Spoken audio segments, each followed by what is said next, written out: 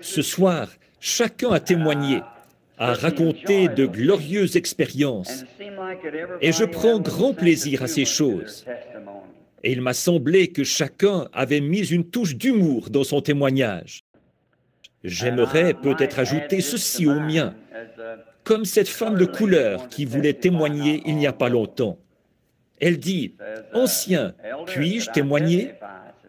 J'ai dit, « Allez-y. » Et elle a dit, « Je ne suis pas ce que je devrais être. Et je ne suis pas ce que je voudrais être. » Elle a dit, « Mais je ne suis pas non plus ce que j'étais. » Eh bien, c'est un peu comme ça que je me sens au milieu d'un groupe de gens comme celui-ci. Je ne suis pas ce que je devrais être, ni ce que je voudrais être. Mais je sais une chose, je ne suis plus ce que j'étais.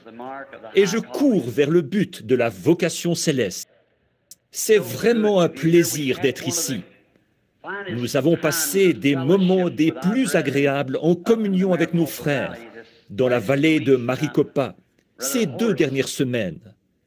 Je suis passablement roué et nous avons vu notre Père céleste accomplir de grandes choses pour nous.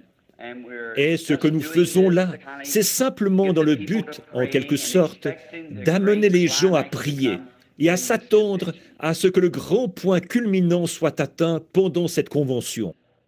Quand j'ai appris que j'allais avoir le privilège de rendre visite à ce chapitre avec mon bon ami frère Tony, et j'ai demandé 3 fois ce soir, comment est-ce qu'on prononce ce nom-là? Et je n'y arrive vraiment pas. Alors, ce sera Tony tout court, si ça ne vous dérange pas. De toute façon, je pense que nous ne sommes pas très formalistes ici, n'est-ce pas? Vous savez, ça ressemble un peu à Dieu, ça. Vous savez, la Bible dit « Dieu est sans forme ». Alors, nous n'avons pas de forme. En voyant les grandes choses que notre Père Céleste a accomplies pour nous cette semaine, nous sommes heureux de venir partager ces bénédictions avec ce chapitre et d'avoir cette occasion de faire connaissance avec des frères et avec vous qui êtes de cette partie-ci de l'Arizona. Et bien sûr, nous le savons tous, qu'ici, c'est la capitale. Toute la semaine, je leur ai dit que Phoenix n'est que la banlieue de Tucson, depuis toujours. Voyez, ils ne veulent pas le croire. Toutefois, nous les invitons à se joindre à nous en communion fraternelle. C'est que nous sommes beaucoup plus hauts. Il faut qu'ils nous tiennent en haute estime, vous voyez. Nous qui sommes ici en haut à Tucson. Donc, venez tous. Nous irons faire un tour à Phoenix, là, la semaine prochaine, ou à la fin de cette semaine, pour ce temps de communion fraternelle qu'il y aura là-bas. Nous avons vu une chose glorieuse se produire juste avant que j'entreprenne ce voyage. Je voudrais simplement prendre quelques instants parce que je pense que ça en vaut la peine. Au cours de toutes ces années où j'ai voyagé et essayé de me tenir à la brèche entre différentes organisations et différentes personnes, les hommes d'affaires chrétiens ont été pour moi comme une petite oasis où l'on croit que Dieu a fait d'un seul sang toutes les races. Et je crois ça. Je crois que son peuple se trouve dans toutes les églises. S'il est réellement Dieu, forcément qu'il est Dieu de toute la race humaine, Dieu de la création. Et assurément qu'il peut regarder les déserts et les montagnes. Vous pourrez voir ce qu'il aime, parce qu'il s'exprime dans sa création. Et nous pouvons voir qu'il y a un Dieu. Et ces gens, les hommes d'affaires du plein évangile, quand je rends visite à leur chapitre et que j'y prêche, ça me donne alors l'occasion de m'adresser à tous les différents groupes réunis. On a fait appel à moi pour, comme on dirait dans le langage de la rue, remplacer au pied levé Démos Shakarian. Vous savez que c'est toute une charge, ça. Mais j'étais à Cincinnati il y a quelques jours Et j'ai appris que sœur Shakarian avait subi une opération. Frère Miner Argenbright, un des responsables, était venu me voir et m'avait dit « Viens à Cincinnati en voiture avec moi ». J'ai dit « J'ai des centaines de personnes alitées ici, venues du monde entier, alitées dans ces hôpitaux et ces chambres, qui attendent que je prie pour elles. Des gens ont attendu pour avoir un entretien, certains jusqu'à 2 ou 3 ans. Ils ont attendu et finalement, ils ont pu venir. » Et il a dit, « Eh bien, prends seulement quelques instants pour faire un saut là-bas avec moi. » J'ai dit, « Eh bien, à quelle heure est le petit déjeuner ?» Ça se trouve, je pense, à environ 190 km de l'endroit où j'habite. Il a dit, « Eh bien, ça commence vers 8 heures. » J'ai dit, « Eh bien, voici ce que je te propose. Dans ce cas, nous allons partir vers 4 heures et arriver là-bas pour le petit déjeuner. Je me dépêcherai de rentrer. » Et quand je suis arrivé là-bas, frère Shakarian n'y était pas. Je suis entré. Ils ont dit exactement ce que nous attendions. Alors voilà, j'ai pu rentrer chez moi au cours de la nuit.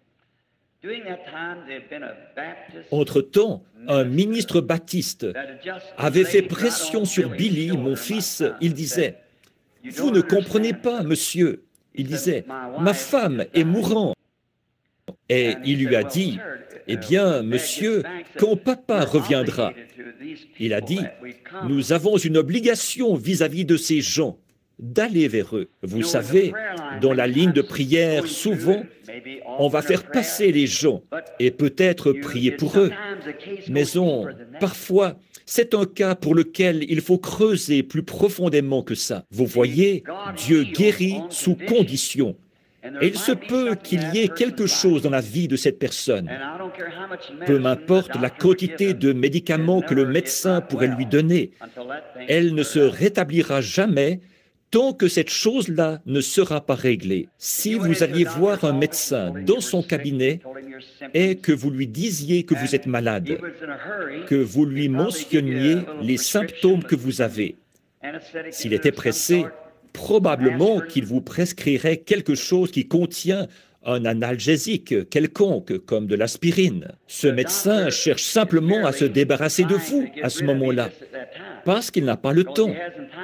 Un très bon médecin, lui, avant de vous donner le médicament, il va établir un diagnostic. Il va approfondir jusqu'à ce qu'il découvre ce qui ne va pas. Et ensuite, il vous donnera le médicament. Parfois, on trouve des gens qui passent dans les lignes de prière, et ça, c'est dans tous les pays.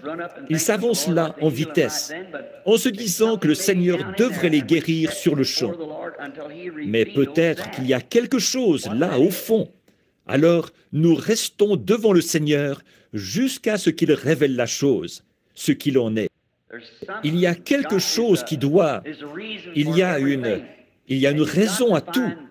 Il vous faut d'abord trouver la raison, et de là, vous pourrez trouver à quoi vous attaquer. Et ce jeune homme n'a pas lâché. Il était persévérant. Je suis rentré le lendemain matin vers 2 heures. Et vers 5 heures, mon fils m'a appelé et il m'a dit, « Connais-tu une jeune fille qui s'appelle Jeanne Dyer ?» J'ai dit, « Jeanne Dyer, ça me dit quelque chose. » Elle a dit qu'autrefois, elle jouait du piano dans tes réunions. Oh, j'ai dit, ne s'agirait-il pas du docteur Dyer, le chirurgien ici, un chirurgien bien connu de Louisville?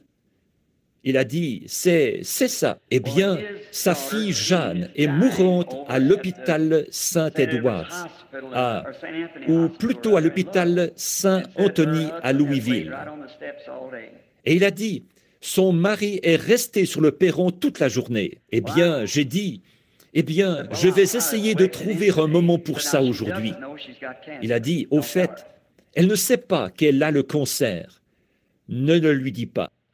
Alors, finalement, ce jour-là, quand je suis arrivé dans sa chambre, une jeune femme très bien, elle avait effectivement joué du piano dans mes réunions, quand j'étais à la salle.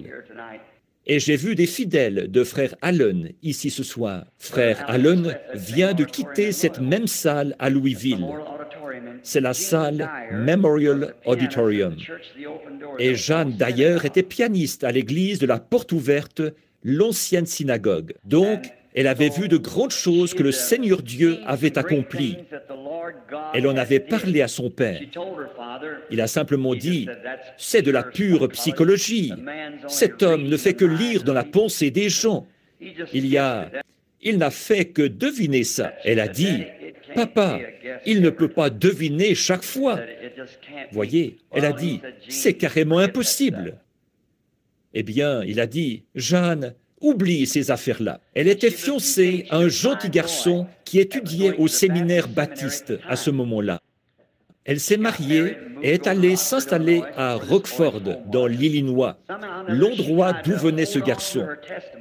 Et elle a quand même essayé de maintenir son témoignage. Mais le garçon a accepté un emploi dans le monde et, après un certain temps, il s'est presque éloigné du Seigneur. La jeune fille a eu un problème gynécologique. Elle est allée à la maison vers son père. Il savait qu'elle avait besoin d'être opérée. Il a trouvé en elle ce qu'on appelle, je ne connais pas le terme médical pour ça, mais parce que je sais qu'il y a quelques médecins qui sont assis ici maintenant. Donc, ça s'appelait quelque chose comme la tumeur chocolat. Et c'est, à l'intérieur, quand il l'a retirée, il a dû en répandre une partie. Et les cellules étaient malignes. Ils l'ont recousue, lui ont fait des rayons X et de la thérapie. Alors, quand elle est rentrée chez elle, elle a continué à avoir de la douleur et des problèmes. Un an plus tard, elle y est retournée pour une hystérectomie totale. Et quand ils lui ont enlevé les organes, ils ont constaté que le cancer s'était propagé dans le côlon et avait enveloppé celui-ci. Ils ne pouvaient rien faire. Ils ont de nouveau essayé de traiter par les rayons X. Ça n'a pas marché. Alors, ils l'ont simplement emmenée à l'hôpital en lui disant qu'elle avait un problème gynécologique très grave et qu'ils essayaient de soigner ça. Et la jeune fille était mourante. Son mari le savait. Alors, il venait. Il avait mis la main sur quelques-uns de mes livres que Jeanne avait lus. Donc, il s'est mis à venir à l'hôpital et il lui en faisait la lecture. Et au moment où nous sommes allés là-bas pour prier pour elle, elle m'en a parlé. J'ai dit, Jeanne, c'est un jeune homme très bien. Je ne voulais pas que j'ai gardé le secret, parce que je savais elle ne savait pas qu'elle avait le cancer. Donc, 2 jours plus tard, ils allaient faire une colostomie. Alors, avant d'emmener la jeune fille, eh bien, ils m'ont laissé venir prier avec elle. Je l'ai amenée dans la chambre. Et dès que une infirmière incroyante était de garde, il y avait 3 infirmières qui se relayaient, de 3 heures en 3 heures. Et dès qu'on a pu se débarrasser de l'infirmière, la faire sortir de la chambre pour qu'une vision puisse apparaître, là, on a prié avec elle pendant un moment. Et je l'ai vue. Elle a les cheveux foncés. Elle n'a qu'environ 36 ans. Ses cheveux foncés étaient devenus gris. Elle était debout dans la vision. J'ai dit, Jeanne, maintenant regarde. Je vais être très honnête avec toi. J'ai dit, tu as assisté aux réunions assez longtemps pour savoir que je ne te dirai pas quelque chose au nom du Seigneur si ce n'était pas vrai. J'ai dit, en ce moment, Jeanne, tu as le cancer. Elle a dit, je m'en doutais, frère Branham. Et j'ai dit, cette opération prévue pour après-demain, c'est une colostomie. Mais ne t'inquiète pas. J'ai vu, et ça vient du Seigneur, que tu vas te rétablir. Et elle s'est vraiment réjouie. Alors, je suis rentré chez moi. Et le lendemain, le surlendemain, plutôt, ils allaient l'emmener pour faire la colostomie ce matin-là. Et ils ont dû attendre quelques minutes après qu'ils lui eurent préparé et tout, qu'elle a été prête à partir. Et elle a ressenti le besoin naturel que devraient avoir les êtres humains à ce moment-là. On l'a emmenée aux toilettes et elle a eu une élimination complète et normale. Le médecin était tout ébahi. Il l'a examinée de nouveau. Le lendemain matin, ils ont laissé ça comme ça, ont annulé l'opération. C'est le docteur Hume, un très bon spécialiste, un chirurgien, un de mes amis, qui allait opérer. Et le lendemain matin, elle a de nouveau eu une élimination complète et normale. Et son père, le docteur Dyer, m'a téléphoné. Et entre deux sanglots, il a dit, « Frère Branham, j'ai critiqué ce que vous disiez. » Il a dit, « Mais maintenant, je suis un croyant. Je crois que le Dieu d'Abraham, d'Isaac et de Jacob vit toujours. Il a toujours été Dieu et il reste Dieu. Et nous savons qu'il est tout aussi grand ici à Tucson qu'il l'est n'importe où, parce qu'il est omniprésent, omnipotent et infini. Et nous savons qu'il peut tout faire. Maintenant, pour ne pas vous retenir très longtemps, en général, il est très rare que si j'allais prêcher, là, je m'arrangerais pour que vous soyez sortis dans les 6 prochaines heures, c'est sûr. Ça, c'est un sermon court, mais je ne vais pas faire ça ce soir. J'ai des services demain soir, le soir suivant, et ainsi de suite. Nous nous préparons à partir outre-mer de nouveau, si le Seigneur le veut, très prochainement. Je veux dire à tous les gens qui sont ici, aux amis, j'ai peut-être déjà rencontré certains d'entre vous, et il y en a peut-être beaucoup ici que je n'ai encore jamais rencontrés. Je vous salue au nom de notre Seigneur Jésus, le Fils de Dieu. Que sa paix soit avec vous à jamais. Étant donné que je parle de temps à autre dans ces chapitres, ça amène les gens à, comme pour mes frères dans le ministère ici, à dire, une fois, quelqu'un m'a dit, il a dit, « Billy, eh bien, pourquoi est-ce que vous côtoyez ce groupe d'hommes d'affaires ?» Il a dit, « Je pensais que vous étiez prédicateur. » Oh, j'ai dit, « Mais je suis un homme d'affaires. » Il a dit, « Un homme d'affaires ?» J'ai dit, « Bien sûr. » Il a dit, « Je ne savais pas ça. » J'ai dit, « Oui, je suis un homme d'affaires. » Il a dit, « Vous travaillez dans quel domaine ?» Je l'ai dit rapidement pour j'ai dit, « Je suis dans l'assurance vie. » Il a dit, « Quoi ?» J'ai dit, « L'assurance vie. » Il a dit, « Que voulez-vous dire ?» J'ai dit, « L'assurance de la vie éternelle. » Alors, si quelqu'un parmi vous aimerait discuter d'une police avec moi, je serais content de vous voir juste après le service. Je suis ici pour affaires. Ça me rappelle un de mes amis. Il s'appelait Snyder. Nous sommes allés à l'école ensemble. Maintenant, pour ce qui est des assurances, j'ai un ami qui est dans les assurances. J'ai un frère dans les assurances.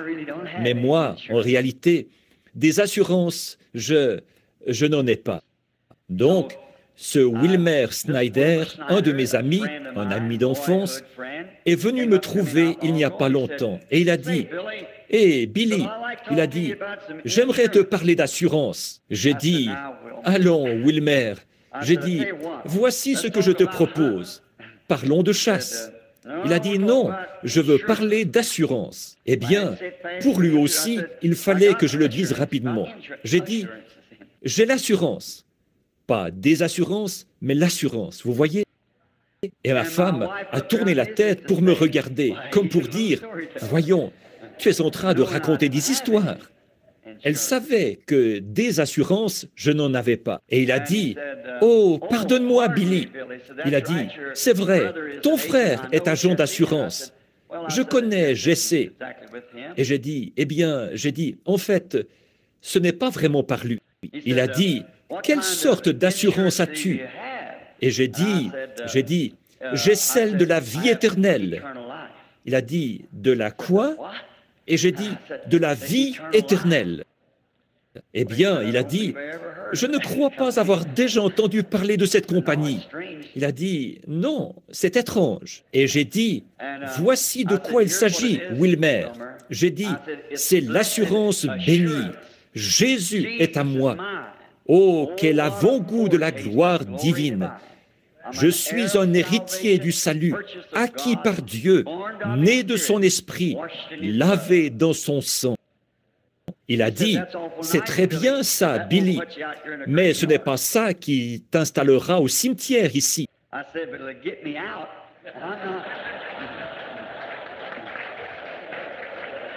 J'ai dit, mais ça m'en fera sortir. Je ne me fais pas trop de soucis pour y entrer.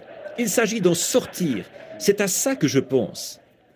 Alors, si vous avez quelque inquiétude, laissez-moi en parler avec vous. Maintenant, nous allons faire juste un court exposé sur l'Écriture, bien qu'ici ce soit des hommes d'affaires. Mais je me suis identifié à vous comme homme d'affaires. Et il y a beaucoup de mes frères dans le ministère qui sont là. Je les ai vus se lever il y a quelques instants. Donc, peut-être qu'un jour, si le Seigneur le veut, j'aimerais bien venir me joindre à ce groupe pour faire une bonne réunion commune avec les ministres d'ici. Je connais un jeune frère ici. Je l'ai rencontré. Il s'appelait Whittle, je crois. Une fois, nous étions ensemble quelque part. Bon, ça aussi, je l'ai mal prononcé. Il m'a fait savoir que ça allait. Donc, mon nom à moi est Branham. Vous savez, quelqu'un m'a dit, il a dit, est-ce que, frère Branham, est-ce que vous êtes parent avec Abraham? J'ai dit, son fils. Père de nation. En étant morts en Christ, nous sommes la semence d'Abraham, héritier avec lui, selon la promesse. Ça, c'est l'Écriture. Maintenant, je n'ai pas le temps de vous retenir ici pour prêcher, parce que les gens du Ramadan ne vous laisseraient plus jamais avoir cette salle. Ainsi, je me souviens de ma première visite chez les pentecôtistes, il y a des années.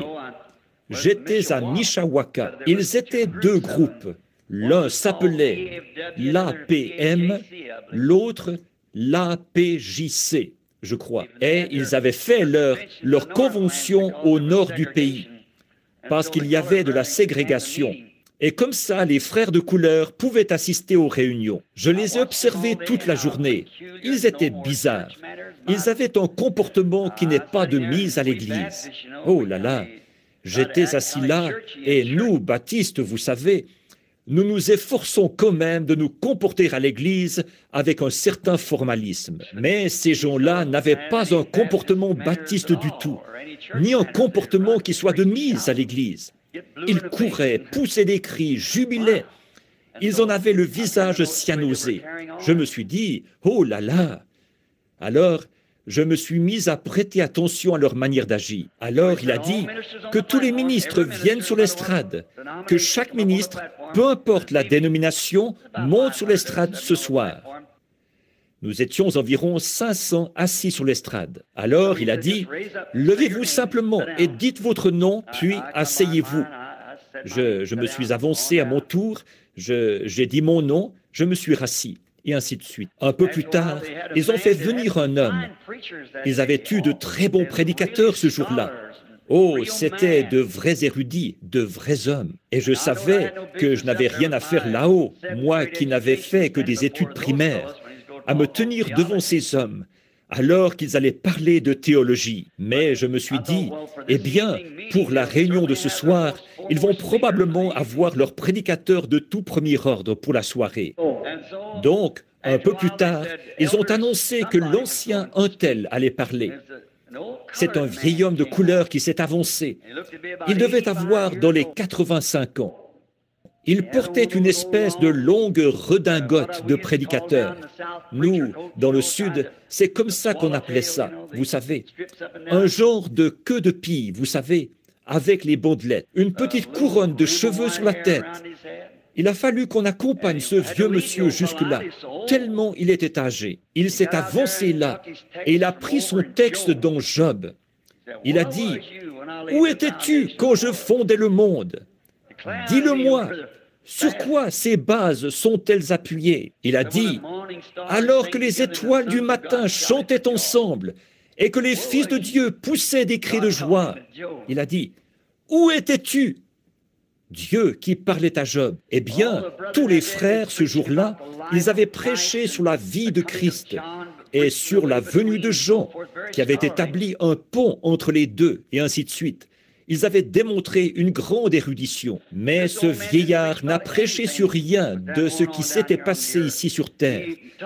Il l'a transporté loin en arrière, environ 10 millions d'années avant que le monde ait été formé, et il l'a amené là, dans ce qui se passait au ciel. Puis, il lui a fait descendre l'arc-en-ciel horizontal. Il a fait tout ça en l'espace d'environ 5 minutes, et d'un seul souffle, on aurait dit. Quand il eut terminé, il a fait un bond d'environ 1 mètre de haut. C'est ce qui m'a semblé. Il a fait claquer ses talons. Là, il se déplaçait avec beaucoup de rapidité. Il avait 2 fois plus de place que j'en ai. Il a dit, je n'ai vraiment pas assez de place sur cette estrade pour prêcher.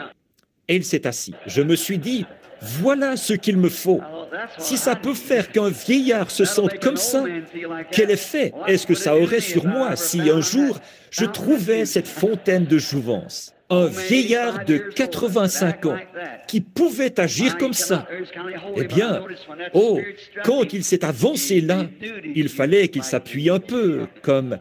Mais j'ai remarqué que quand l'esprit l'a saisi, il a retrouvé sa jeunesse, comme l'aigle, vous savez.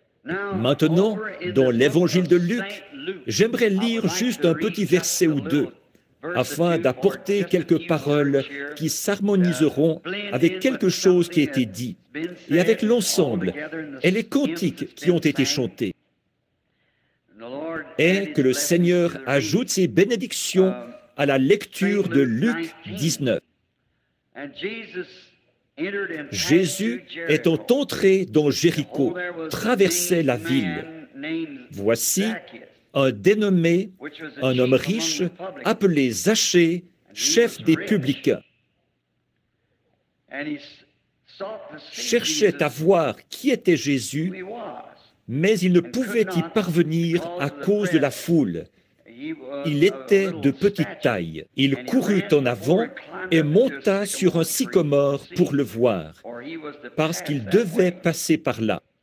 Lorsque Jésus fut arrivé à cet endroit, il leva les yeux et dit, « Zachée, hâte-toi, descends, car il faut que je demeure aujourd'hui dans ta maison. »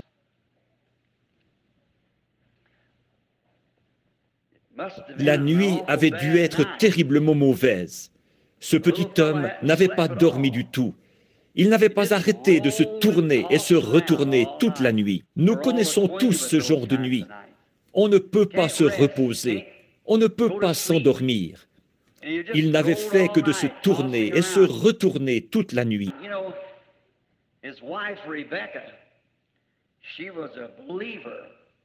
Vous savez, sa femme Rebecca, elle était croyante et elle s'intéressait à son mari, qui avait une entreprise à Jéricho.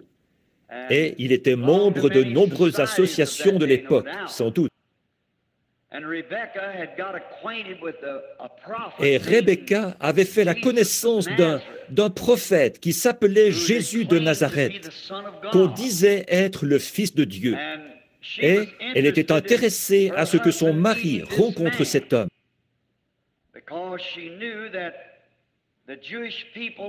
En effet, elle savait qu'on avait enseigné au peuple juif que si un homme était prophète, ce qu'il disait arrivait. Mais si ce qu'il disait n'arrivait pas, alors il ne faut pas l'écouter. Dieu leur avait laissé cette parole par ses prophètes. C'est par cela qu'on identifiait le prophète. Et le grand législateur, Moïse, avait aussi laissé le commandement. Le Seigneur votre Dieu vous suscitera un prophète comme moi. Alors, quiconque n'écoutera pas ce prophète sera retranché du milieu du peuple. Et Rebecca avait une pleine conviction Après avoir vu que Jésus de Nazareth pouvait se tenir là et dire aux personnes les choses qu'il y avait dans leur cœur, prédire les choses qui allaient arriver, et celles-ci arrivaient exactement comme il l'avait dit, sans faillir une seule fois, et il correspondait parfaitement à la parole de Dieu. Elle le croyait.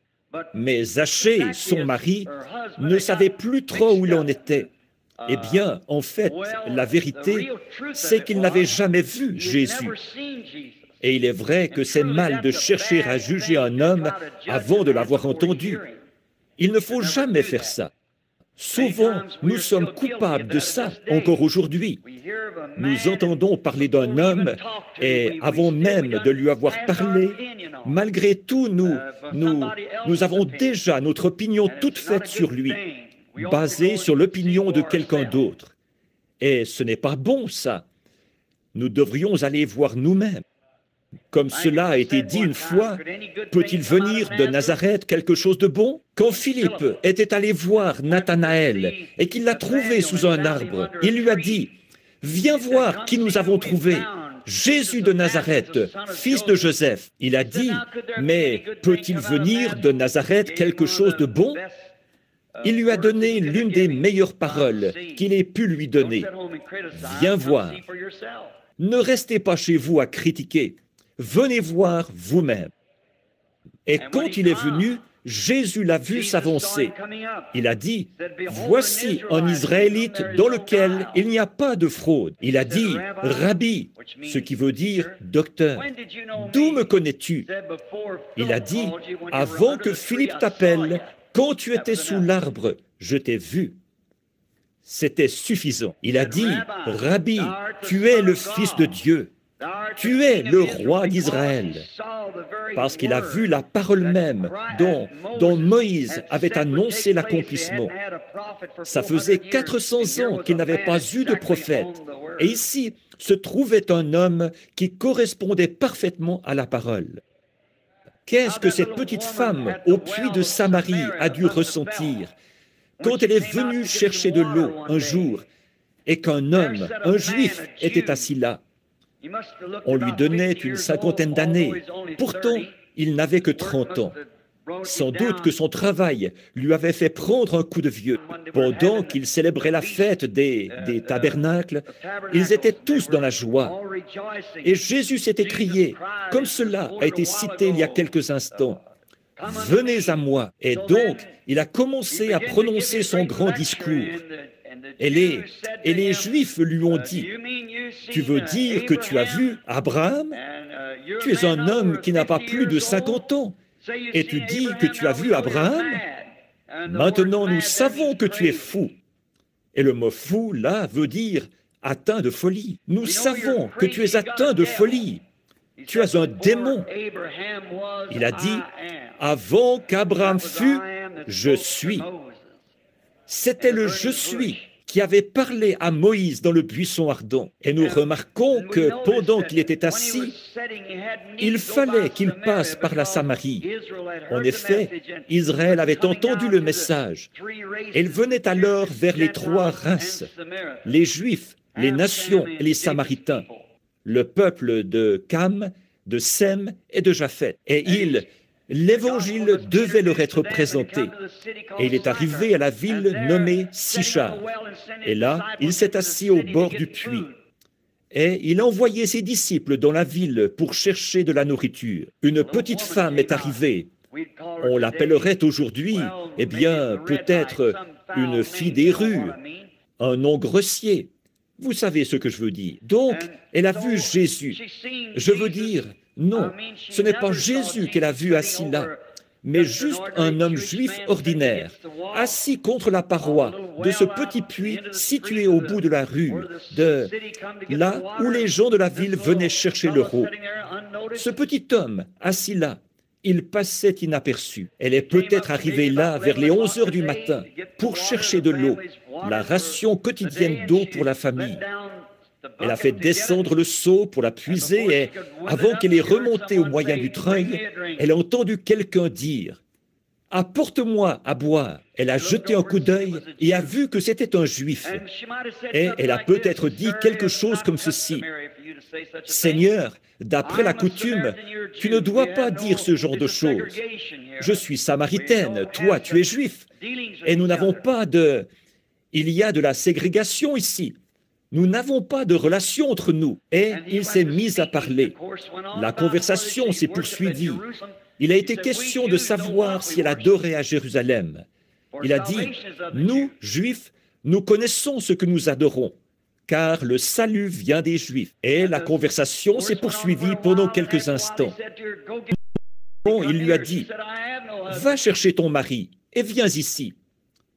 Elle a dit, je n'ai pas de mari. Il a dit, tu as dit la vérité, car tu as eu 5 maris et celui avec lequel tu vis maintenant n'est pas ton mari.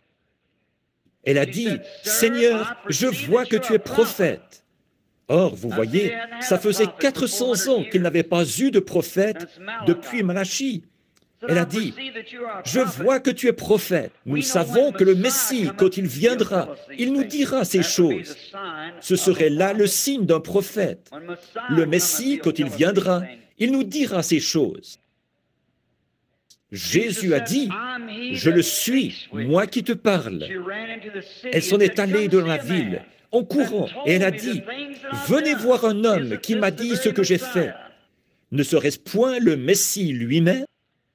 De voir que cette lumière a d'abord jailli sur une petite femme qui était dans cet état-là. Quelle réprimande c'était pour les sacrificateurs qui étaient au temple en ce temps-là. Eux, qui l'avaient vu faire la même chose et qui l'avaient appelé Belzébul, un démon, un esprit impur qui faisait ses œuvres. Alors que l'Écriture confirmait de façon si claire que ce serait là le Messie. Maintenant, Rebecca avait vu tout ça. Et elle tenait beaucoup à ce que son mari puisse se trouver une fois là où était Jésus de Nazareth. Et elle avait appris qu'il devait se trouver ce jour-là à Jéricho, sa ville.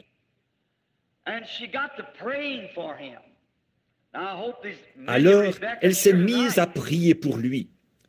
J'espère qu'il y a beaucoup de Rebecca ici ce soir, que vous prierez pour votre mari, afin qu'un jour Jésus passe près de lui. Et elle avait prié toute la nuit. Là, nous allons illustrer un peu la scène. Et vous savez, quand quelqu'un se met à prier pour vous sincèrement, vous ne pouvez plus trouver le repos. Vous pouvez reconnaître que quelque chose est en train de se passer. Puis, vers le matin, disons, Zachée avait l'habitude de se lever plutôt tard, parce que, peut-être, disons qu'il avait un restaurant, et qu'il laissait son gérant et les autres s'occuper de l'établissement. Mais ce matin-là, il s'est levé très tôt, il s'est bien arrangé, et il a enfilé ses plus beaux vêtements.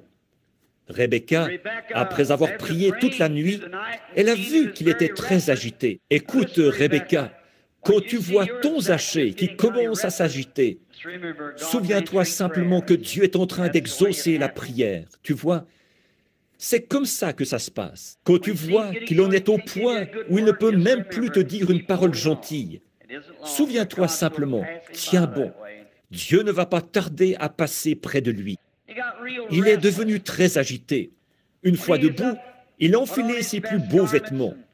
Et je peux voir Rebecca se retourner et dire, « Zachée, tu te lèves très tôt ce matin, mon chéri. »« Oh oui,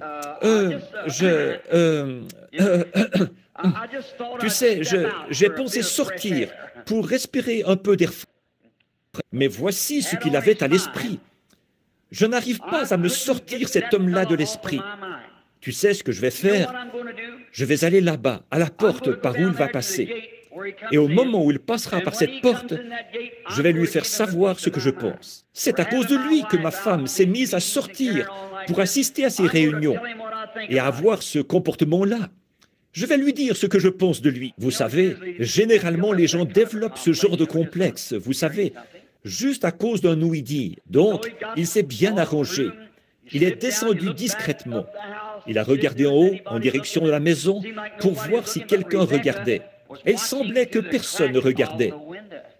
Mais Rebecca observait par l'entrebâillement de la fenêtre.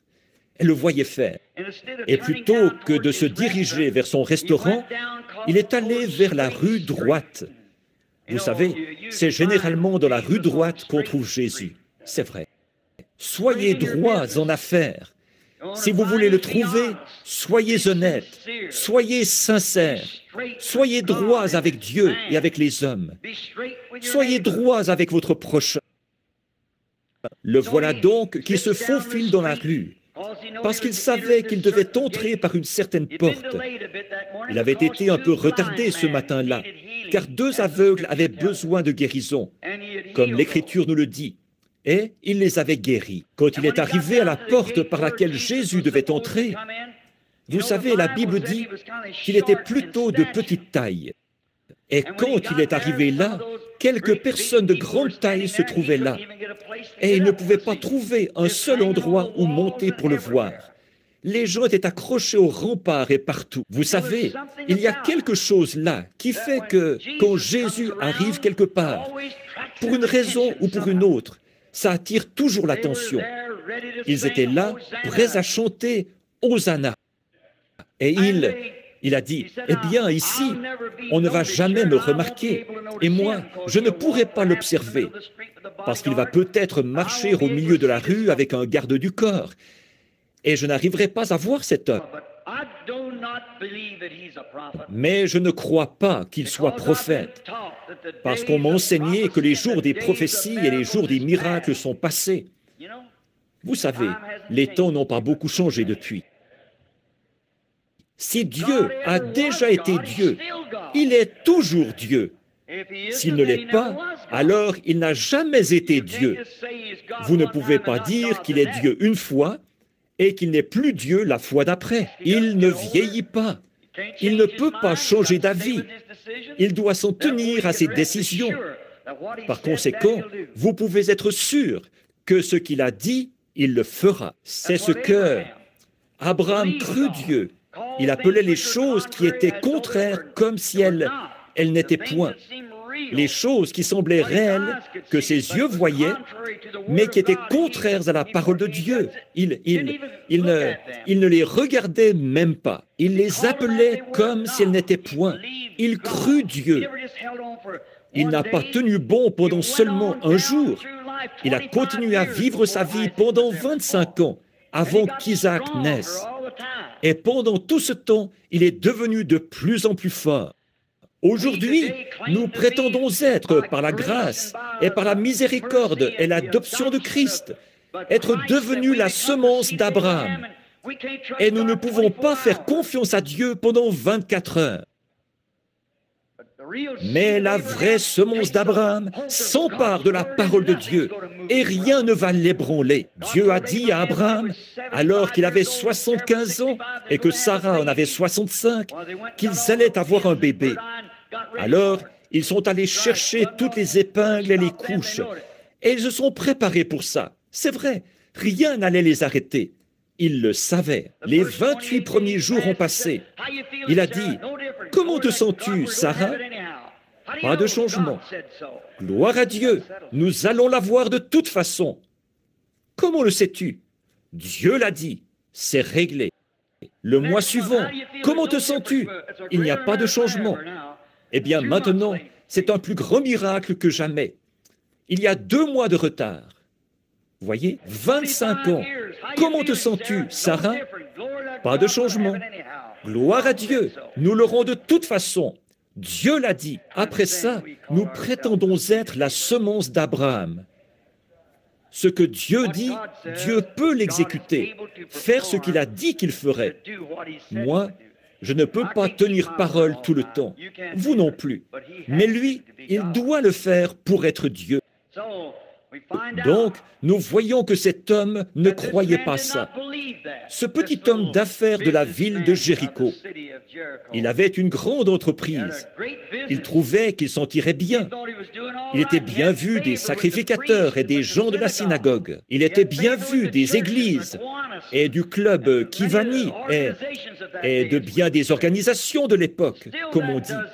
Encore là, ce n'est pas Dieu, ça. La prospérité, ce n'est jamais Dieu, ça. Pas toujours. Parfois, c'est l'inverse. Dieu a dit, quand tu étais dans les champs, il a dit à Israël que, baignée dans son sang, alors elle était prête à le servir. Mais quand elle a pu se suffire à elle-même, qu'elle croyait pouvoir le faire, alors elle ne voulait plus avoir rien à faire avec lui, et elle lui a tourné le dos. Ésaïe a vu cet exemple dans le roi Osias, parce qu'Osias a été un grand homme, tant qu'il est resté humble devant Dieu. Il n'a jamais joué aux politiciens.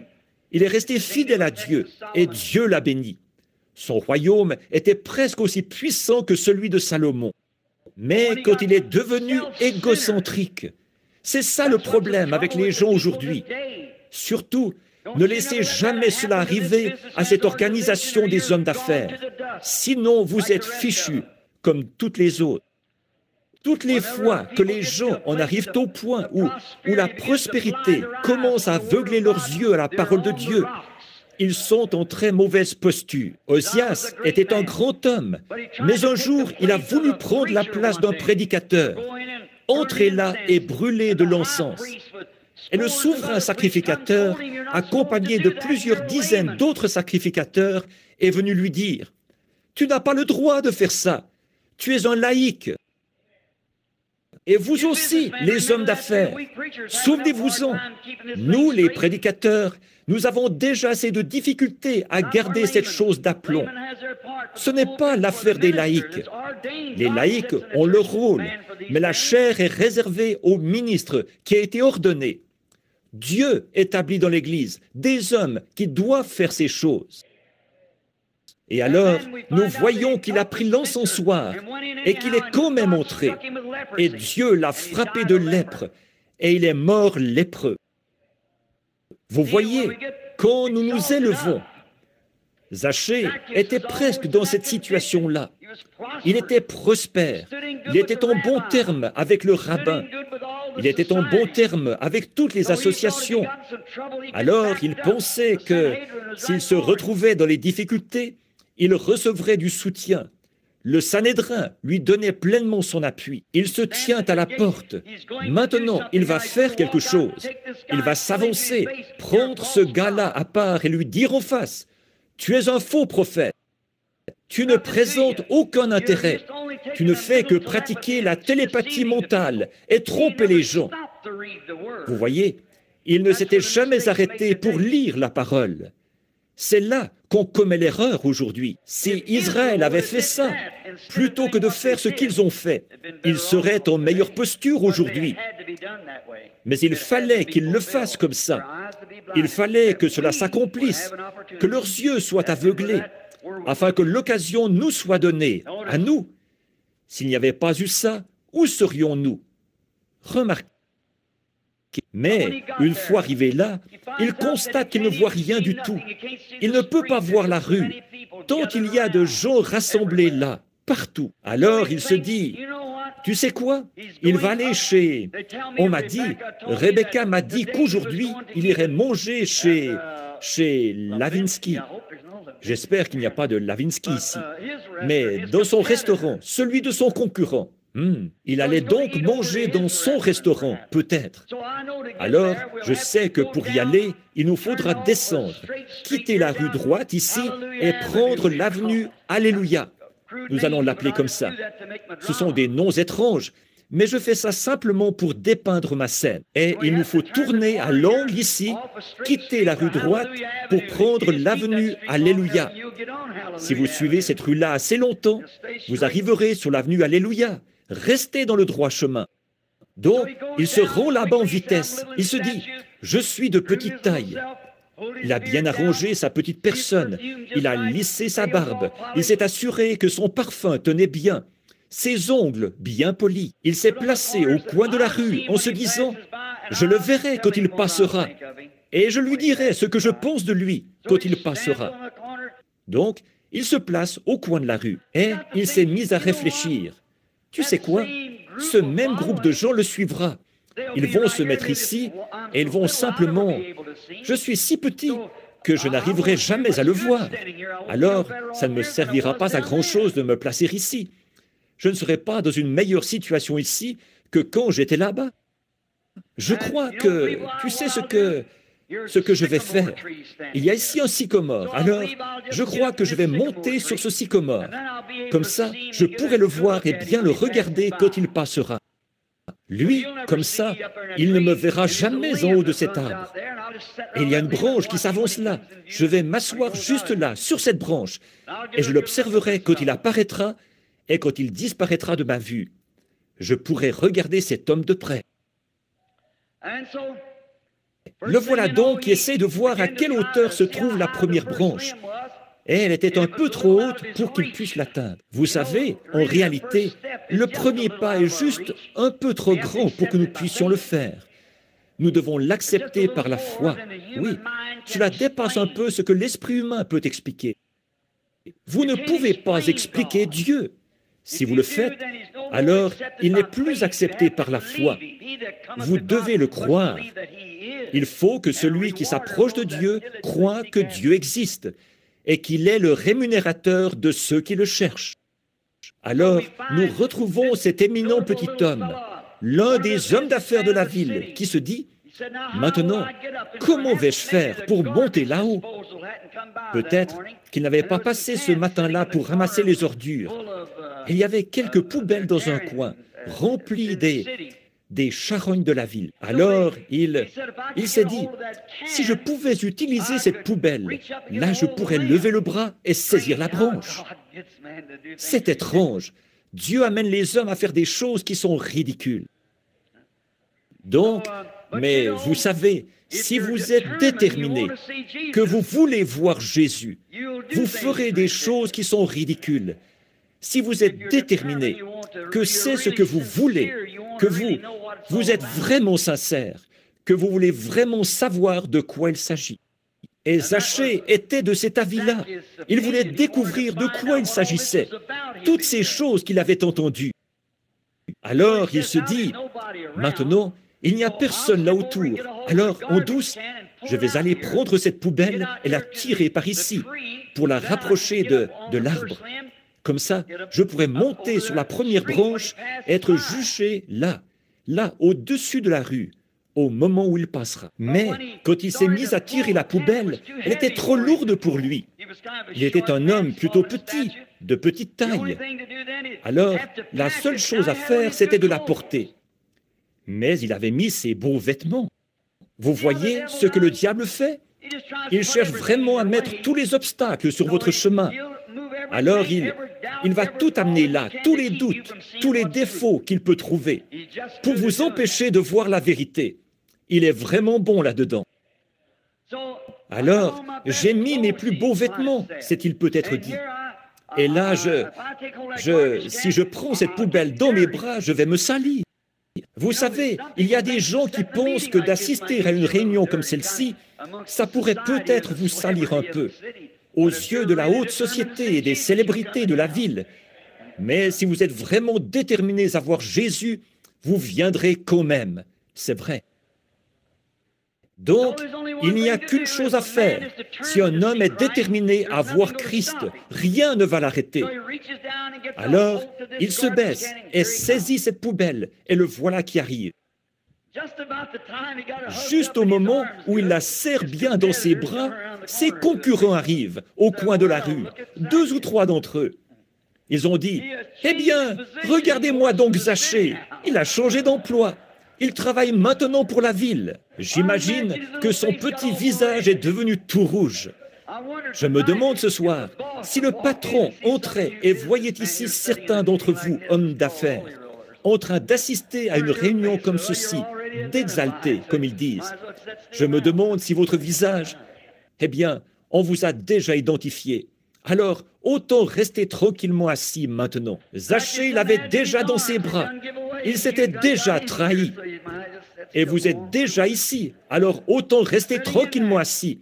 Restez jusqu'au bout, assis là. Il avait son bras autour du seau d'ordures. Quelle drôle de situation pour un homme d'affaires. Le voilà qui vient, son visage est rouge. Et les autres qui disent, Tiens, tiens, Zachée! Vous savez, la concurrence était féroce. Là, il l'a bien constaté. Ils ont dit, le voilà, il travaille maintenant pour la ville. Je sais que ses affaires vont mal. Regardez le genre de boulot qu'il a. Il était déterminé à voir Jésus en dépit de tout. Il avait entendu parler de cela et voulait vraiment savoir ce qu'il en était. Combien je souhaiterais que Dieu permette que chaque homme adopte cette attitude. Si vous avez entendu parler de lui, allez découvrir ce qu'il en est. Il n'est pas mort, il est vivant. Il est autant ici, dans ce lieu ce soir, qu'il l'était sur les rivages de la Galilée. Voici, je suis avec vous tous les jours, jusqu'à la fin du monde. Vous ferez, vous aussi, les œuvres que je fais. S'il n'en est pas ainsi, alors il était un faux Messie. Il n'était pas le Messie qu'il devait être. Mais si, effectivement, il maintient sa promesse et qu'il la tient, il est encore Dieu qui se fait connaître aux gens.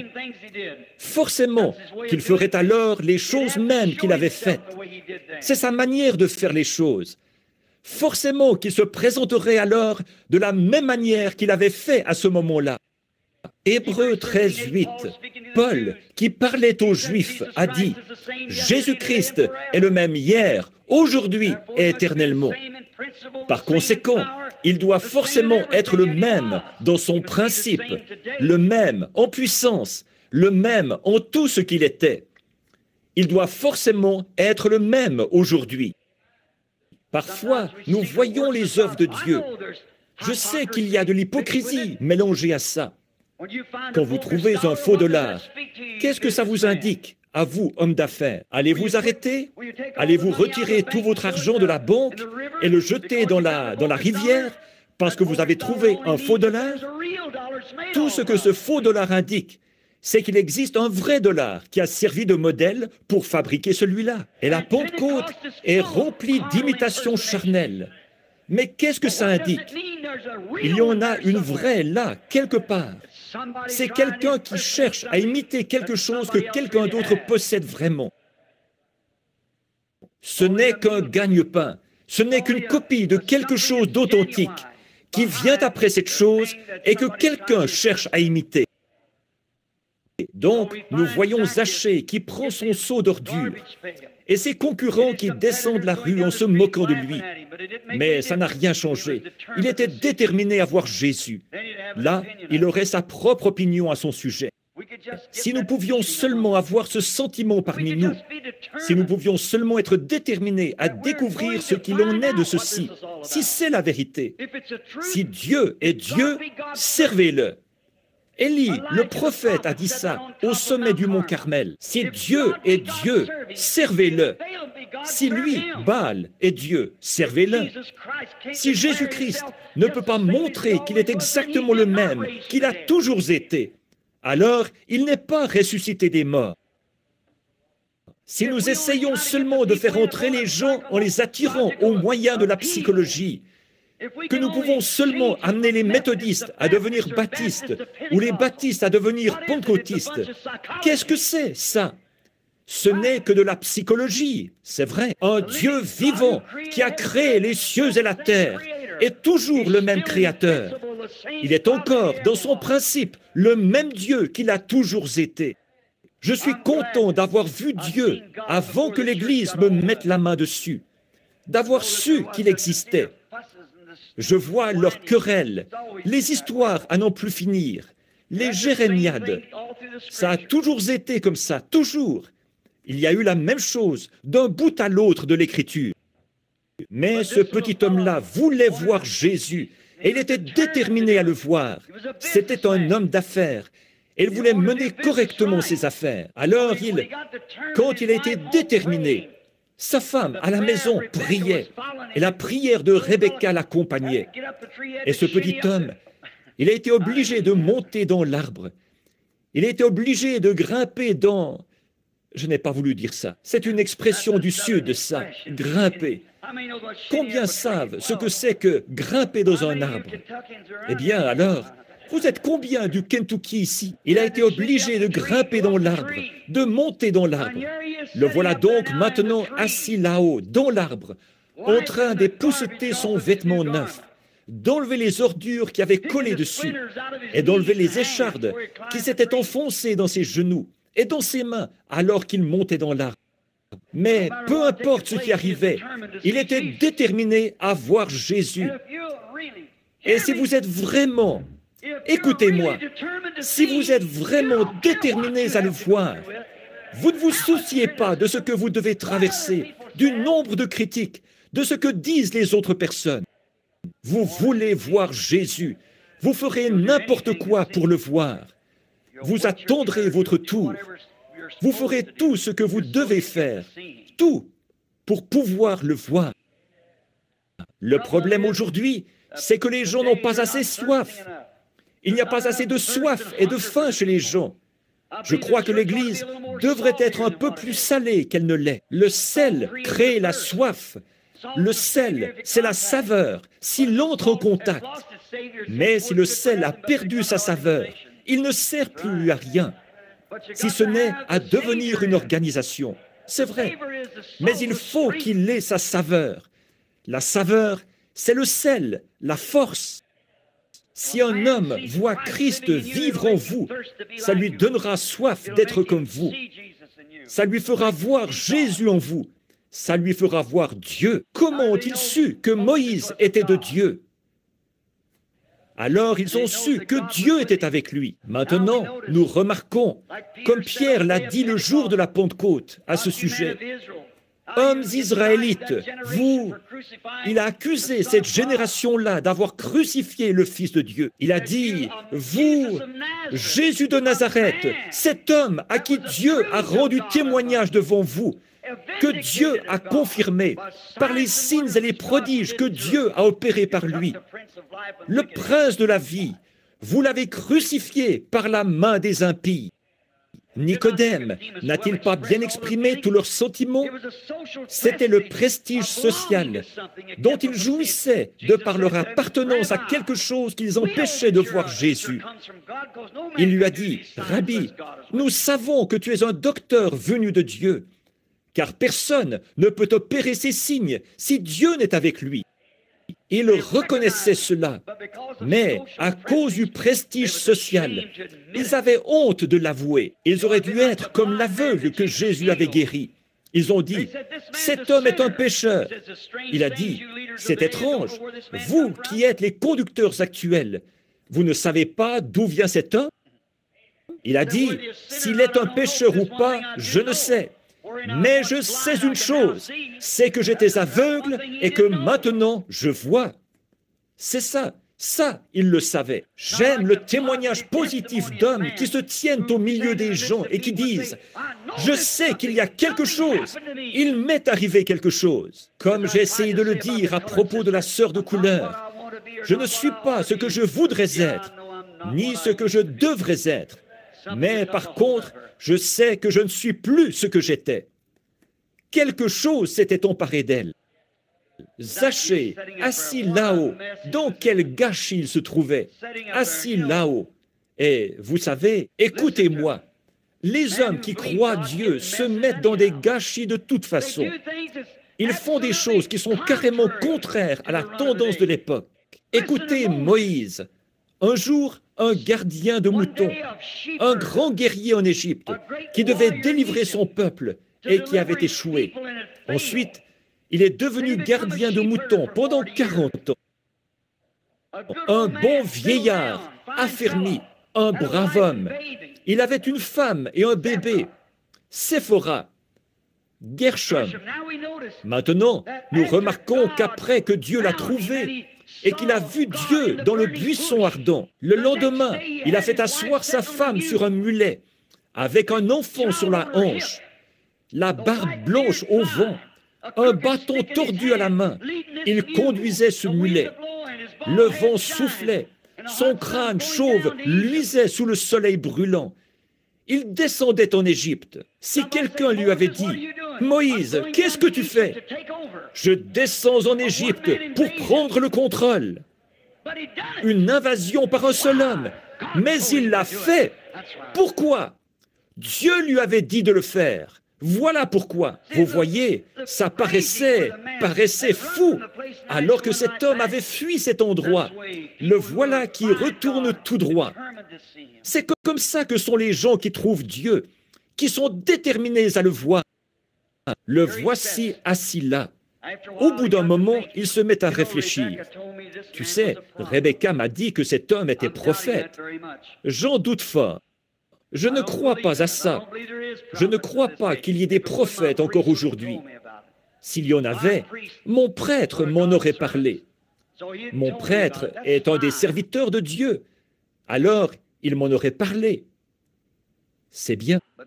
Mais vous voyez, jamais la religion organisée du monde n'a accepté un messager de Dieu. À aucun moment.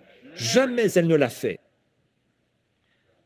Jésus ne leur a-t-il pas dit, « Pharisiens aveugles, vous ornez les tombeaux des prophètes, et c'est vous qui les y mettez. Lequel des prophètes que le Père a envoyé n'avez-vous pas tué et mis dans la tombe, parce qu'il annonçait la venue du juste ?» Voyez, voilà. Alors, nous le retrouvons assis là-haut. Vous savez quoi? J'espère que cette scène ne paraîtra pas ridicule, mais je vais imaginer qu'il a dit, « Hé, une minute, et si cet homme me voyait perché ici, sur cette branche ?» Il s'était assis là où deux grosses branches se croisaient. Et il était assis là. Il réfléchissait à ça. Voilà un bon endroit où se trouver, à l'endroit où vos voix et les voix de Dieu se rencontrent. C'est un bon endroit où réfléchir à ça. Et j'espère que chaque personne ici qui ne l'a encore jamais rencontré, si vous ne savez pas réellement que vous êtes né de nouveau de l'Esprit de Dieu, j'espère que vous êtes assis sur cette branche ce soir. Mais vous, homme d'affaires, j'espère que vous êtes assis à l'endroit où Zachée était assis, comme nous essayons de l'exprimer, là, dans le sycomore, à cet endroit des branches où deux voix se rencontraient, les vôtres et celles de Dieu. Et il s'est dit, tu sais ce que je crois que je vais faire? Je vais rapprocher ces feuilles ici et me camoufler. Il s'est complètement enveloppé. Il s'est aménagé une seule petite fenêtre par laquelle il pouvait regarder. Vous savez, une feuille qu'il pouvait rabattre. Et il s'est dit, je le verrai quand il viendra, mais lui ne me verra jamais. Il ne saura jamais que je suis ici en haut. Donc, pendant qu'il était assis là, au bout d'un moment, il réfléchissait à ça. Et un bruit s'est fait entendre au coin de la rue. C'est étrange, mais partout où Dieu se trouve, on dirait qu'il y a beaucoup de bruit. C'est étrange, mais c'est comme ça. Vous savez, Ésaïe, dans le temple, après la mort d'Ozias, il était là, et il a entendu un bruit, et tout le temple était secoué. Les poteaux ont été ébranlés, et là se trouvaient des anges, des séraphins, qui sont des chérubins, qui brûlent le sacrifice pour donner à ceux qui se repentent le droit de passer pour aller vers l'autel. Ces êtres remarquables, supérieurs aux anges, qui avaient des ailes dont ils se couvraient la face, des ailes dont ils se couvraient les pieds, et deux ailes dont ils se servaient pour voler. Ils criaient, « Saint, Saint, Saint est le Seigneur Dieu, le Tout-Puissant. » Si un ange couvre sa sainte face pour rencontrer Dieu, comment allons-nous pouvoir nous servir d'un credo pour couvrir la nôtre? Il faut le sang de Jésus-Christ pour nous couvrir. C'est alors que nous sommes des fils. Pas quelque chose à la mode de ceci ou à la mode de cela, mais le sang. Dieu a toujours le seul lieu où il rencontre l'homme pour être en communion avec lui, c'est sous le sang versé, là où le germe de vie, avec l'ancien sacrifice, sous la loi mosaïque, ils amenaient un animal. Et quand ils brisaient la cellule de sang de cet animal, de l'agneau, l'adorateur adorait. Mais la vie qui était dans l'animal ne pouvait pas revenir sur l'adorateur, parce que c'était la vie d'un animal qui n'avait pas d'âme. Et elle ne pouvait pas revenir sur l'adorateur. Par conséquent, ce n'était qu'une peau. C'était un lieu qui ne devait durer qu'un certain temps. Mais alors, quand la veine d'Emmanuel a été brisée, Jésus n'était ni juif ni des nations. Voyez, le sexe masculin produit le germe à travers l'hémoglobine et la cellule de sang vient du mâle. La femelle est vous, les catholiques. Ce n'est pas pour être en désaccord avec vous, mais vous l'appelez Marie, mère de Dieu. Comment Dieu pourrait-il avoir une mère? Elle était un incubateur. Vous dites, eh bien, l'ovule vient de la femme. Mais l'ovule n'est pas venu de Marie. Si l'ovule était venu de Marie, dans ce cas, il y aurait nécessairement eu une sensation. Regardez dans quelle situation vous mettez Dieu. Dieu a créé les deux, l'ovule et la cellule de sang. Il n'était ni juif, ni des nations.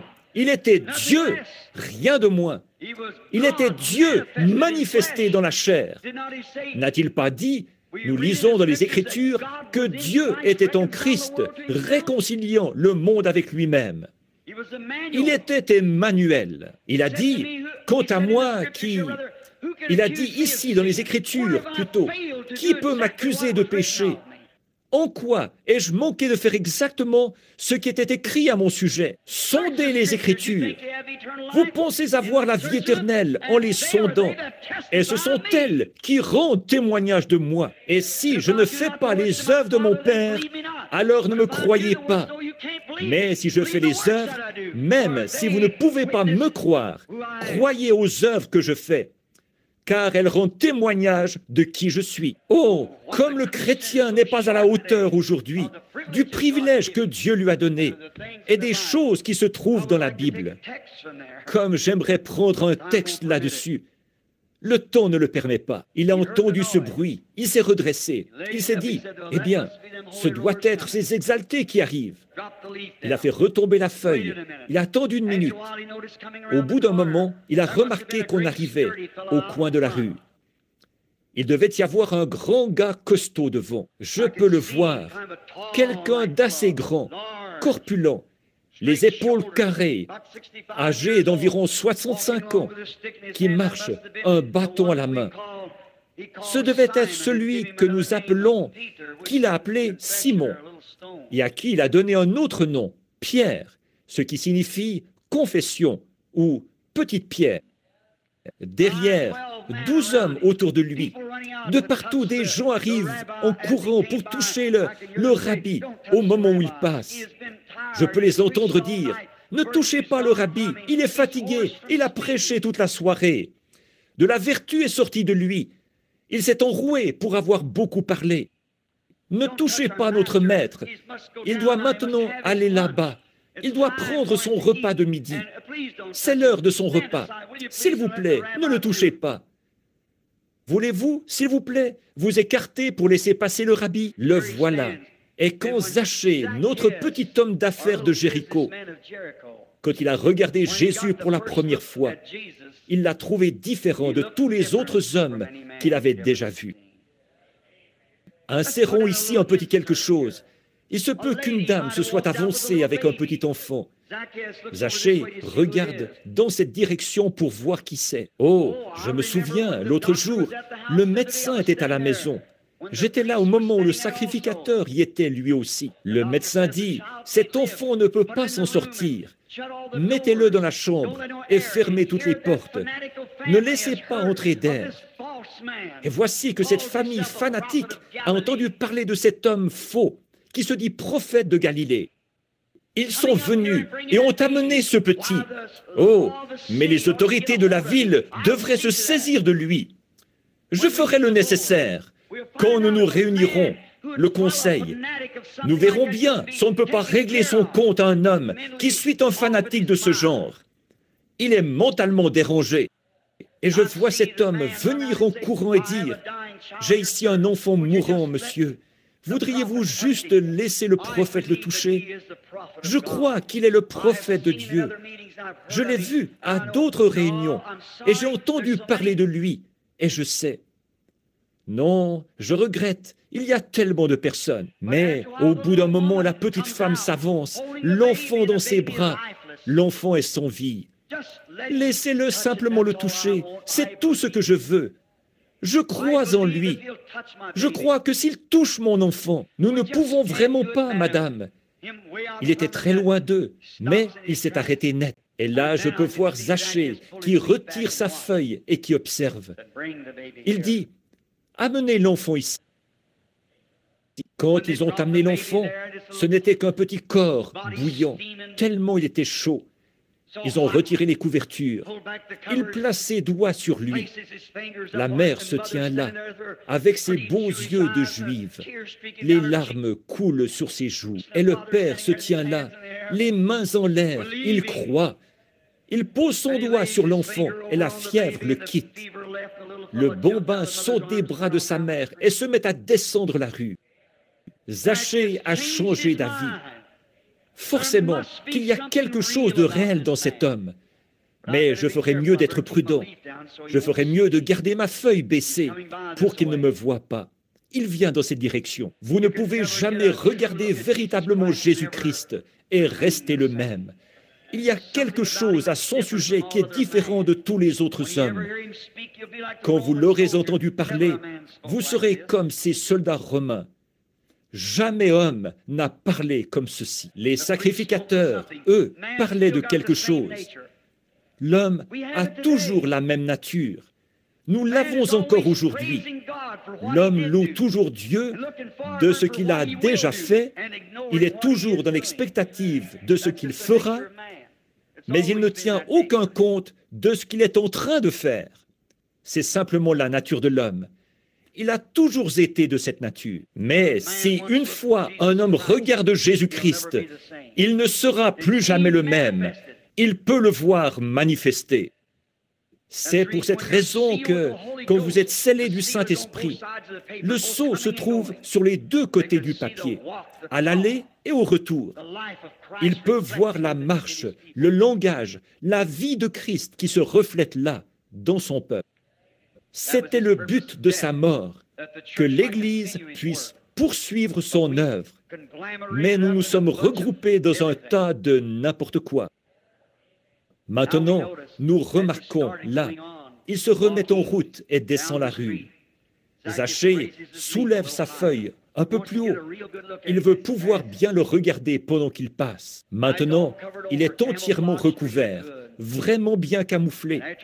Et au bout d'un moment, il doit se soulever comme ceci pour regarder. Jésus arrivait juste au-dessous de lui, juste au moment où il passait tout près. Jésus s'est arrêté. Il a levé les yeux. Il a dit, « Zachée, hâte-toi, descends de l'arbre. Je vais chez toi aujourd'hui pour dîner. » Quelle différence! Il a su que c'était là un prophète que le Seigneur Dieu avait suscité. Non seulement il savait qu'il était dans l'arbre, mais il savait aussi son nom. La Bible dit, la parole de Dieu est plus tranchante qu'une épée à deux tranchants, pénétrante jusqu'à partager la moelle des os. Et elle discerne les pensées et les intentions du cœur. Au commencement était la parole, et la parole était avec Dieu, et la parole était Dieu, et la parole a été faite chair, et elle a habité parmi eux. Et nous l'avons contemplé, lui, le Fils unique du Père. Il était là, la parole de Dieu, manifestée à ce Zachée. Il descend vite de l'arbre pour se repentir. Zachée, toi, l'homme d'affaires qui est ici ce soir, souviens-toi, tu ne peux pas te cacher sous des feuilles de figuier. Il sait exactement où tu es assis. Il te connaît, il sait qui tu es, il sait ton nom, il sait pourquoi tu es ici, il sait tout à ce sujet, c'est vrai. Et nous qui l'avons rencontré et qui le connaissons, qui sommes devenus ses disciples, nous savons ce qu'il est et ce qu'il fait pour les gens. Nous savons qu'il reste le même. Zachée est descendu dans une attitude de contrition. Il a dit, Seigneur, si j'ai escroqué quelqu'un, je rembourserai ça. je prendrai mon argent, je le donnerai aux pauvres. Vous voyez, il avait déjà trouvé cette perle de grand prix. Il avait trouvé quelque chose qui valait plus que son entreprise. Il avait trouvé quelque chose, ce quelque chose. Tous les hommes essayent de réaliser quelque chose, mais si vous perdez la vie éternelle, qu'est-ce que toutes vos réalisations vous auront apporté? Le plus grand trésor qu'un homme puisse trouver, c'est de trouver la libération. Comme je le disais, dans l'Ancien Testament, quand la cellule du sang de l'agneau était brisée, elle ne pouvait pas revenir sur l'adorateur. C'est pourquoi celui-ci repartait avec le même désir de péché. Mais dans ce cas-ci, quand par la foi, nous posons nos mains sur la cellule de sang qui a été brisée au calvaire, ce n'était pas celle d'un juif et pas non plus la cellule de sang de quelqu'un des nations. C'était le sang de Dieu. Et alors, cette vie qui sort de là, elle ramène à nous la vie de Dieu, qui est la vie éternelle. Le mot grec qui est utilisé là, c'est Zoé, ce qui signifie la vie même de Dieu. Et la vie même qui était en Christ, qui était Dieu. Le corps était celui d'un homme, bien sûr, mais Dieu, le Créateur, celui qui a créé le premier homme, d'où est-il venu? Si ce n'est pas lui qui l'a créé, Dieu, le Créateur, sans l'aide de quoi que ce soit, a créé Adam. Dieu, le Créateur, a créé l'homme Jésus-Christ, son Fils, dans le sein de Marie. Et il était Emmanuel. Et quand le péché, pas parce qu'il était obligé de mourir, il a choisi de le faire, mais parce que le péché a frappé, que cette lance a brisé son cœur, là, il s'est passé quelque chose. La vie revient sur l'adorateur. Et qu'est-ce que c'est? Alors, nous n'avons plus aucune conscience du péché, a dit celui qui a écrit les Hébreux. Le désir du péché n'est plus là. Alors, maintenant, nous sommes libres. Zachée, quand ils ont vu Jésus gravir le Golgotha pour y être crucifié, sans doute que le diable avait toujours douté de lui. Le diable avait douté de lui la première fois qu'il l'avait vu. Quand il était allé dans le désert, après que le Saint-Esprit était venu sur lui, il a dit, « Si tu es le Fils de Dieu, montre-nous un miracle. Change ces pierres en pain. » Ce démon n'est pas encore mort. « Montre-moi un miracle. » Jésus a dit, « Il est écrit que l'homme ne vivra pas de pain seulement. » Quand ils l'ont attrapé là-bas dans la cour, le groupe du diable, ces soldats romains, ils lui ont attaché les mains derrière le dos et lui ont mordu, lui ont frappé le dos avec des roseaux et des chats à 9 queues pour qu'enfin s'accomplisse la prophétie des prophètes. Car il était blessé pour nos péchés, brisé pour notre iniquité. Le châtiment qui nous donne la paix est tombé sur lui. Et c'est par ces meurtrissures que nous avons été guéris. Et pendant qu'il était penché, les soldats lui ont noué un morceau d'étoffe autour de la tête et l'ont frappé sur la tête avec un roseau. Ils se le passaient de l'un à l'autre et disaient, « Si tu es prophète, dis-nous qui t'a frappé. Nous te croirons. » Bafoué, et le crachat des soldats ivres sur son visage. Le diable a dit, « Ça ne peut pas être Dieu. Ça ne peut pas même être un prophète. C'est un imposteur. » Il ne savait pas que les Écritures doivent s'accomplir. Puis, quand nous le voyons monter le calvaire, regardez-le. Je veux que cet auditoire ait une vision de lui. Retournons en arrière, 1900 ans en arrière, pendant un instant, et accordez-moi votre attention. Il y a de l'obscurité sur Jérusalem. Pourquoi? Les sacrifices sont refusés par Jéhovah. Quelque chose est sur le point d'arriver. Alors que le sang était brûlé sur l'autel, Dieu l'a refusé. Le vrai sacrifice est en train de monter la rue. Je peux entendre quelque chose cogner. Regardez, voilà cette vieille croix rugueuse qui passe. La peine capitale romaine a été infligée à un homme qui n'a rien fait. Et je peux voir une petite femme qui passe devant en courant et qui dit « Qu'est-ce qu'il a fait ? Si ce n'est guérir vos malades et ressusciter les morts. » Quelqu'un l'a giflé et a dit « Allez-vous croire cette femme plutôt que de croire votre sacrificateur ? Qu'on nous débarrasse de cet homme. » Regardez sa tunique. Le dos est couvert de petites taches rouges. Alors qu'il continue à gravir la colline, ces taches s'agrandissent de plus en plus. Au bout d'un moment, elles n'en font plus qu'une. Quelque chose frappe contre lui. Qu'est-ce que c'est? C'est son sang.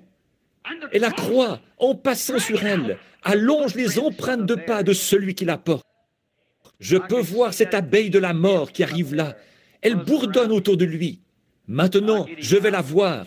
S'il était prophète, il aurait fait quelque chose là-bas quand ils lui ont craché au visage. S'il était prophète, il ne pourrait pas faire ce qu'il fait maintenant. Je sais que je vais la voir. Vous savez, chaque abeille, chaque insecte a un aiguillon. Et cet aiguillon est quelque chose de mauvais. Et la mort a un aiguillon. Mais il fallait que Dieu soit fait chair. Elle pouvait piquer un prophète et le tenir. Elle pouvait piquer un juste et le tenir. Elle a piqué David et l'a tenu. Mais ici, c'est Dieu. Et elle ne le sait pas. Cette abeille sort de l'enfer et vient bourdonner autour de lui. Je vais la voir.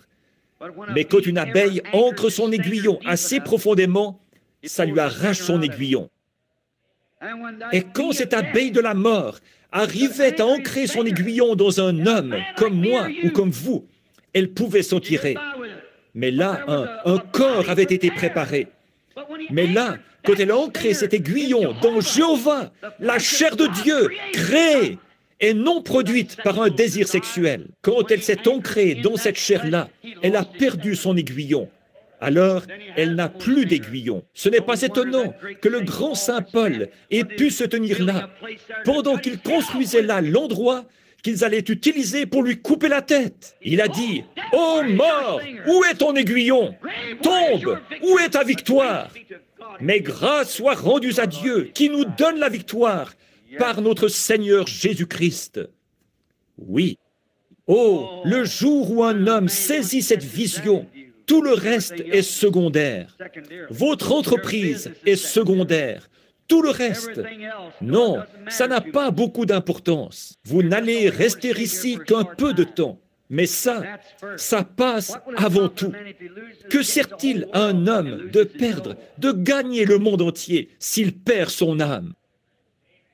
Zachée, oh Zachée, peut-être que ce n'est pas Rebecca qui est à la maison en train de prier, mais peut-être que c'est une mère qui est déjà de l'autre côté du voile. Ses prières sont toujours là, sur l'autel de Dieu. Dans ce cas, Zachée, ce soir, sort de derrière ces feuilles de sycomore. Cette couronne d'un credo dénominationnel auquel tu te cramponnes, sans la nouvelle naissance. Ce quelque chose auquel tu te cramponnes, alors que tu n'as jamais eu de preuve que Dieu était là-dedans. Il sait exactement où tu es assis. Pourquoi ne pas le faire? Inclinons la tête un instant.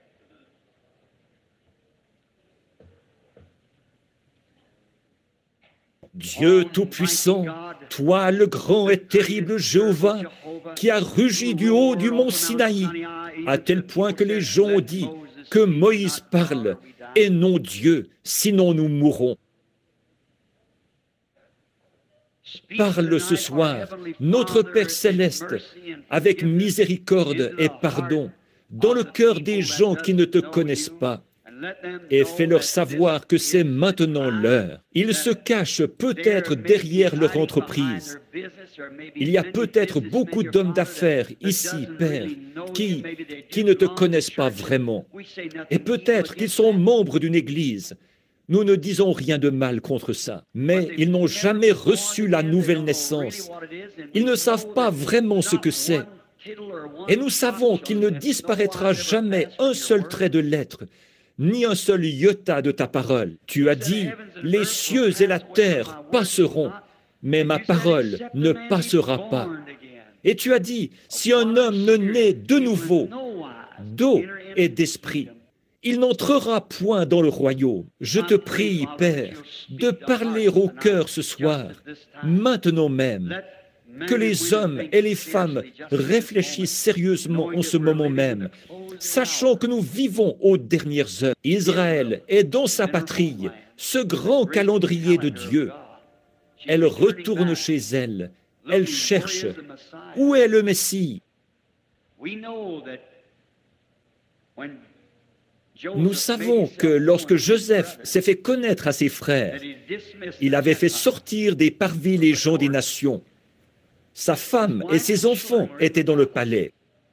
Il doit y avoir un enlèvement des gens des nations pour qu'Israël puisse se faire connaître. Alors, il y aura un temps de lamentation, de cris et de pleurs. D'où as-tu eu ces cicatrices? Il dira, de la main de mon ami.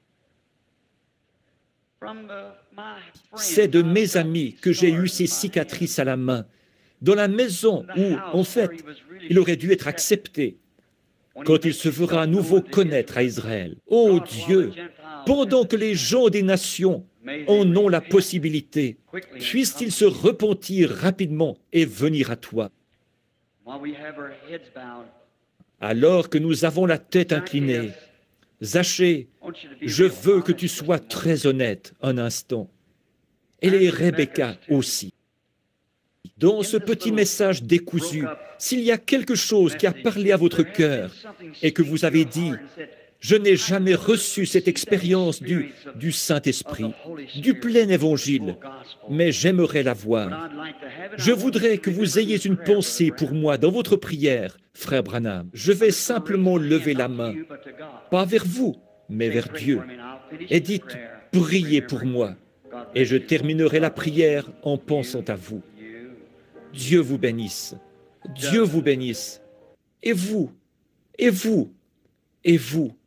Des douzaines de mains. Vous dites, est-ce que ça change quelque chose, ça, frère Branham? Certainement. Pourquoi ça? Vous voyez, la science vous déclare qu'en fait, vous ne pouvez pas lever la main. Parce que quoi? La gravitation de la Terre retient votre main en bas. Mais vous avez en vous un esprit de vie.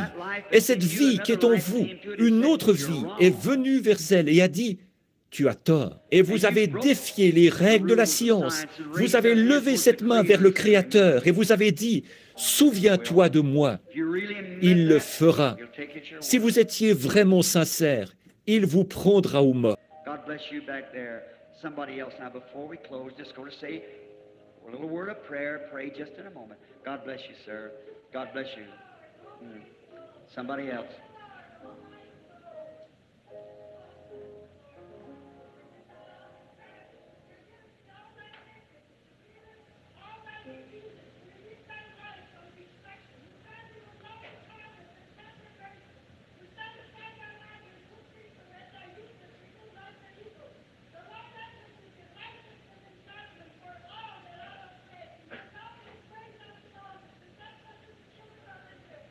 Dieu vous bénisse, là au fond.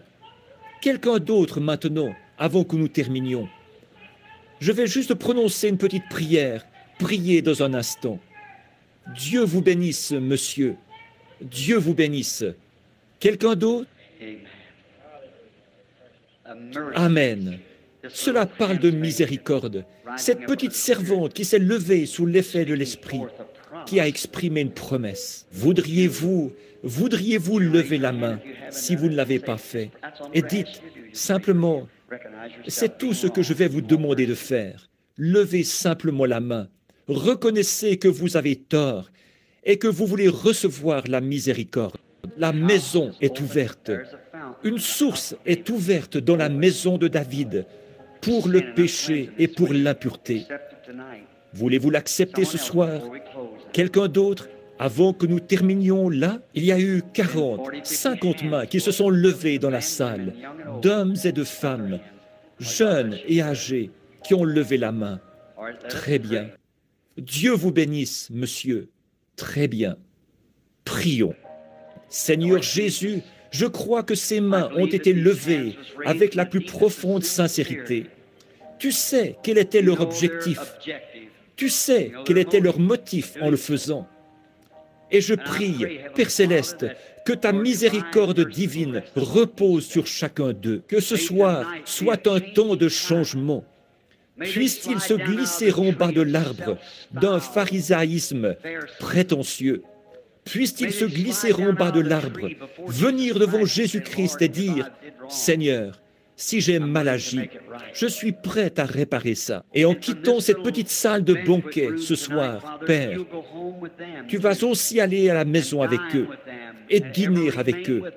Et tu resteras à jamais avec eux au long de leur vie et pour toute l'éternité.